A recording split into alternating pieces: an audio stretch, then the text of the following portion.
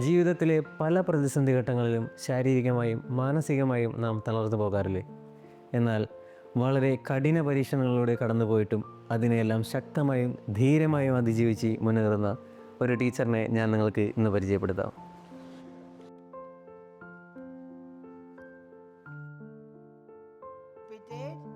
What is the observation?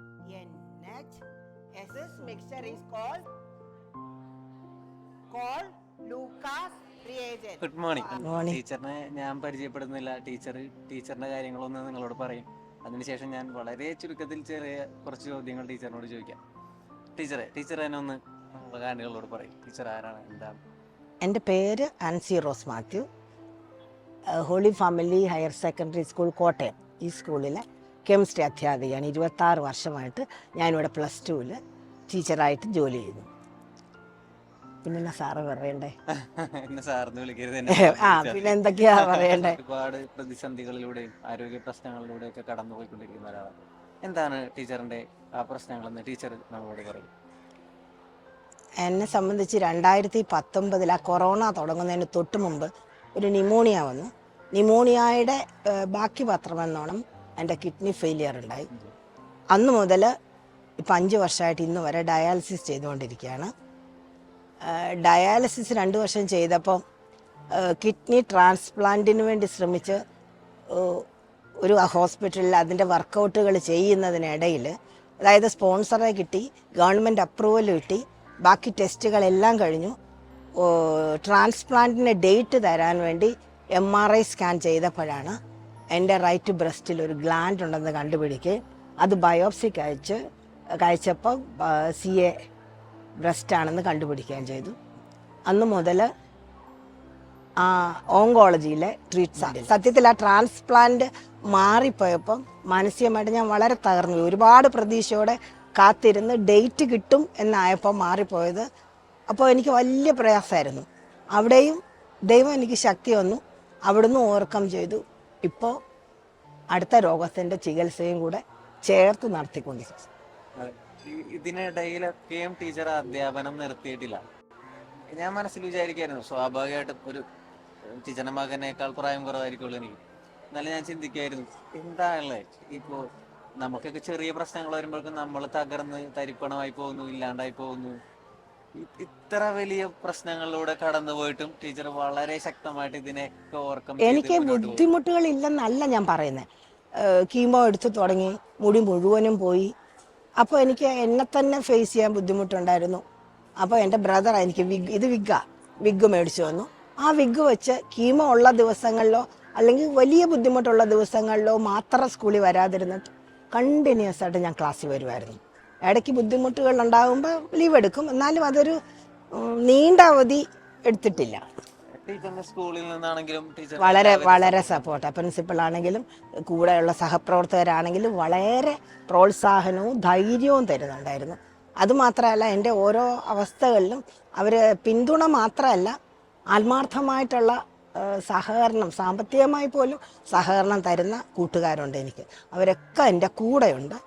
സത്യം പറഞ്ഞാൽ എനിക്ക് ഇവരുടെയൊക്കെ സ്നേഹം തിരിച്ചറിയാൻ വേണ്ടിയായിരിക്കും ദൈവം ഈ രോഗങ്ങളൊക്കെ തന്നത്. എൻ്റെ മക്കളുടെയും എൻ്റെ ഭർത്താവിൻ്റെയും പരിചരണം കിട്ടാനും എൻ്റെ സുഹൃത്തുക്കളുടെയുള്ള സ്നേഹം തിരിച്ചറിയാനും കൂടെയുള്ള ഒരു വലിയ അവസരമായിരുന്നു ഇതെന്നാണ് എനിക്ക് തോന്നുന്നത്. ഇപ്പോഴും നമ്മളുടെ ഏറ്റവും വീക്ക് പോയിന്റ്സിലൂടെ നടന്നു പോകുമ്പോഴായിരിക്കും നമ്മുടെ കൂടെ സ്നേഹിക്കുന്നവർ, യഥാർത്ഥമായിട്ട് നമ്മളെ സ്നേഹിക്കുന്നവർ ആരാണെന്ന് നമുക്ക് മനസ്സിലാക്കാൻ പറ്റും. അല്ല, എന്നെ സ്നേഹിക്കുന്ന ഇത്രയും പേരുണ്ടെന്ന് ഈ കോട്ടയം ജില്ലയിലെ മുഴുവൻ കെമിസ്ട്രി അധ്യാപകരും ഒന്നിച്ച് നിന്ന് എനിക്കൊരു വലിയ ഫണ്ട് ചികിത്സയ്ക്ക് വേണ്ടി റേസ് ചെയ്ത് വന്നു. ഒന്നും ഞാൻ പ്രതീക്ഷിച്ചിട്ട് പോലുമില്ല. എന്നെ അറിയത്തില്ലാത്ത കുട്ടികളും അതിൻ്റെ അകത്തുണ്ട്, കൊച്ചു കുട്ടികൾ. പക്ഷെ എല്ലാവരും സഹകരിച്ച് അങ്ങനെ എന്തിനും ഏതിനും എൻ്റെ കൂടെ നിൽക്കുന്ന ഒരുപാട് സുഹൃത്തുക്കളും ബന്ധുക്കളും ഒക്കെ ഉണ്ട് എന്ന് എനിക്ക് മനസ്സിലായത് എനിക്ക് രോഗം വന്നപ്പോൾ. ടീച്ചറിന്റെ കുട്ടികളോട് ടീച്ചർ ഇത് പറഞ്ഞല്ലോ, ടീച്ചർ എന്തായിരുന്നു അവരുടെ ഒരു പ്രതികരണം? ഭയങ്കര വിഷമായിരുന്നു. ആദ്യം കുറേ ദിവസത്തേന് വീട്ടിലിങ്ങനെ എന്താ പറയുന്ന കർഫ്യൂ പോലെയായിരുന്നു. ആരും പരസ്പരം സംസാരിക്കത്തില്ല, ആർക്കും അങ്ങോട്ടും ഇങ്ങോട്ടും ഷെയർ ചെയ്യാൻ പറ്റില്ല. ഇപ്പോഴും ഞങ്ങൾ എല്ലാവരും കൂടി ഒരു ധ്യാനം കൂടാൻ പോയി. ധ്യാനം കൂടി തിരിച്ചു വന്നപ്പം എൻ്റെ കുഞ്ഞുങ്ങളും അത് അക്സെപ്റ്റ് ചെയ്തു, ഹസ്ബൻഡും അക്സെപ്റ്റ് ചെയ്തു, എനിക്കും അത് സ്വീകരിക്കാൻ പറ്റും. അതിനുശേഷം ഇന്ന് വരെ ഒരു സങ്കടപ്പെടുന്ന മുഖം ഞാൻ എൻ്റെ മക്കളെ കാണിച്ചിട്ടില്ല. സത്യം പറഞ്ഞാൽ അവരെ ഓർത്തിട്ടായിരിക്കും ഞാൻ ഇത്രയും സ്ട്രോങ് ആയത്. അതെ, ടീച്ചർ ഓരോ തവണ കീമോ എടുക്കാൻ വരുമ്പോഴും ഓരോ ചികിത്സാ വിധങ്ങളെ പറ്റി പറയുമ്പോഴെല്ലാം ടീച്ചർ ഒരു ചിരിച്ച മുഖത്തോടു കൂടിയാണ് ഇതെല്ലാം കണ്ടുകൊണ്ടിരിക്കുന്നത്. ഒരിക്കലും ടീച്ചർ ഒരു സാഡ് ഫേസോടു കൂടി നമ്മളുടെ ഫ്രണ്ടിൽ വന്ന് നിന്നിട്ടില്ല, ഇന്ന് വരെയില്ല.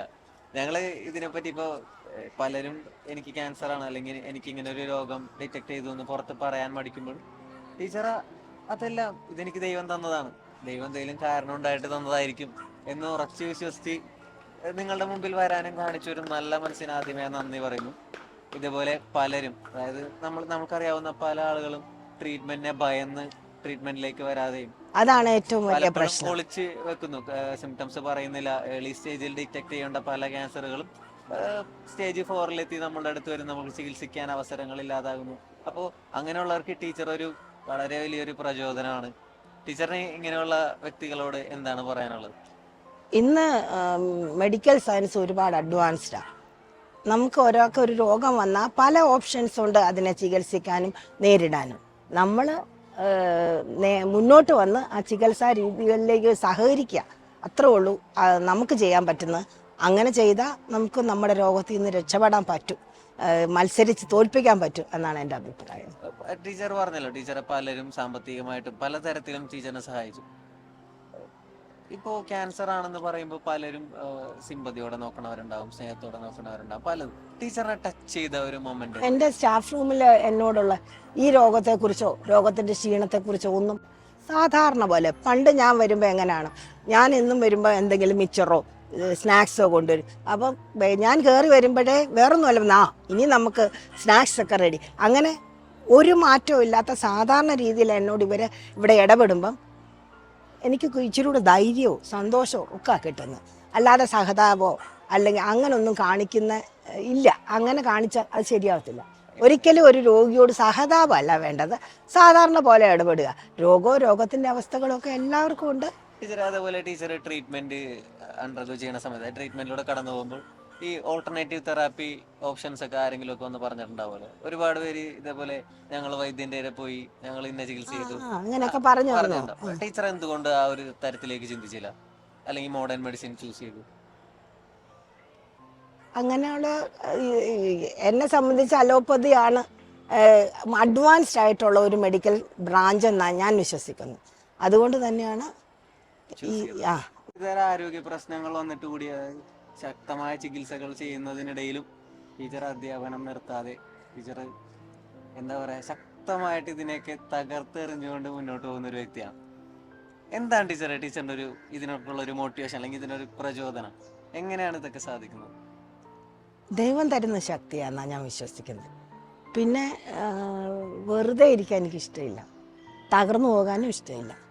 ഏത് പ്രതിസന്ധിയിലും ജയിക്കണം, തോൽക്കാൻ മനസ്സില്ല. ദൈവം തരുന്ന എത്ര നാളാണെങ്കിലും അത്രയും നാൾ സന്തോഷത്തോടെ അഭിമാനത്തോടെ ജീവിക്കണം എന്ന് എൻ്റെ ആഗ്രഹം.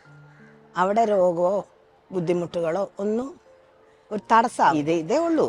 എന്തെങ്കിലും ഒരു സംശയമാണെങ്കിൽ പോലും നമുക്ക് തോന്നിയാൽ തീർച്ചയായും നമ്മളത് മെഡിക്കൽ സയൻസിൽ ശരിയായ ചികിത്സ തേടിപ്പോകണം.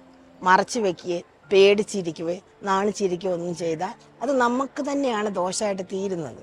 പക്ഷെ പലപ്പോഴും ഈ ബ്രസ്റ്റ് ക്യാൻസർ പോലെ ഉള്ളതിൽ ഒരു സംശയം തോന്നിയാൽ പോലും തുറന്നു പറയാനായിട്ട് സത്യം എനിക്കും ധൈര്യമില്ലായിരുന്നു. പിന്നെ ഇത് അറിഞ്ഞപ്പം ഭയങ്കര വിഷമമായിരുന്നു, എന്ത് ചെയ്യണമെന്ന് അറിയത്തില്ലായിരുന്നു. പക്ഷെ ഞാൻ ആ ഒരു ഹോസ്പിറ്റലിൻ്റെ അറ്റ്മോസ്ഫിയറിലായിരുന്നുകൊണ്ട് അപ്പം തന്നെ എന്നെ ഓങ്കോളജിയിലൂടെ റെഫർ ചെയ്തുകൊണ്ട് എനിക്കൊരു കൺഫ്യൂഷൻ ഉണ്ടായിരുന്നു. അല്ലാതെ നമ്മളിപ്പോൾ എവിടെ പോകും, എന്ത് ചെയ്യും, അല്ലെ ഏത് ഡോക്ടറെ കാണിച്ചാൽ കുഴപ്പമാണോ, കാണിച്ചു കഴിയുമ്പോൾ കുഴപ്പമാണെങ്കിൽ എന്ത് ചെയ്യും, അങ്ങനത്തെ കൺഫ്യൂഷനൊക്കെ നമ്മൾ വിശ്വസിക്കുക, വൈദ്യശാസ്ത്രത്തെ വിശ്വസിക്കുക, ചികിത്സ തേടുക. അത് മാത്രമേ ഉള്ളൂ എനിക്ക് പറയാനുള്ളൂ. ഓക്കെ, അപ്പോൾ thank you for your time teacher. Teacher കണ്ടത് വളരെ ഓക്കെ.